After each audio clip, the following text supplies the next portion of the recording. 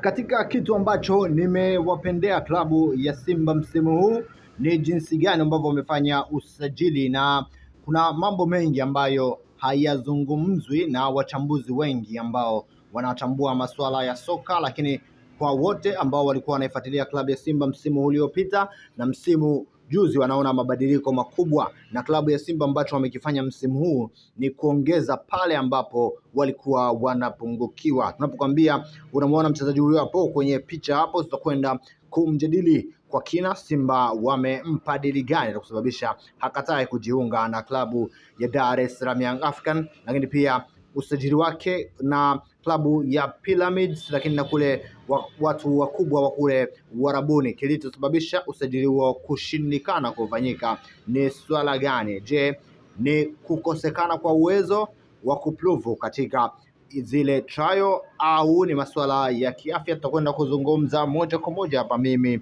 na wewe, lakini kikubwa zaidi, shabiki nambari moja wa klabu ya Simba Sport, usisahau kusubscribe na kuniambia kwenye comment unashabikia Simba kutokea maeneo gani. Bwana mdogo amekuwa ni target kubwa ambayo imekuwa ikiwindwa na vilabu vikubwa hapa Tanzania, ikiwemo klabu ya Azam ambayo ilitegemea na ilitumia mwanya mkubwa wa kumtumia kocha Ibenge ambaye amekuwa kocha wa mchezaji huyu, kocha wa kutumainiwa, kumshawishi mchezaji huyu kujiunga na klabu ya Azam. Njia hiyo ikashindikana, wakaenda Young African, wakajaribu kutumia fedha na kujaribu kumuonesha ni jinsi gani wamefanikiwa kwenye ligi ya Tanzania.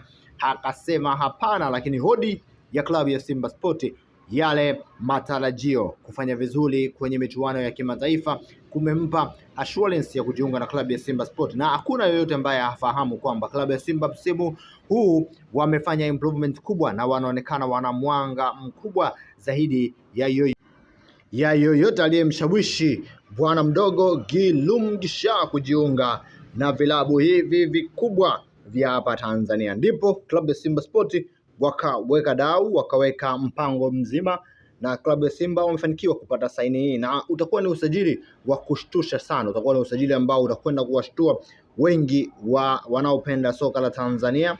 Utakwenda kuwashtua kwa sababu kuna watu wamekwisha jinasibu huko, wamempata Gilumgisha, lakini Idi ni chenga na mwili. Klabu ya Simba Sport wamekamilisha usajili wa Gilumgisha, mkataba wa miaka 3, na atakuwa ndani ya klabu ya Simba Sport akiungana na wachezaji wengine wengi ambao wamejiunga na klabu ya Simba Sport, lakini kuna wachezaji wengine wawili wamejiunga na Simba. Tutakwenda kuwajadili moja kwa moja mimi na wewe. Usahau kusubscribe, tutakutana wakati mwingine. This is Simba Blaza, this is Simba.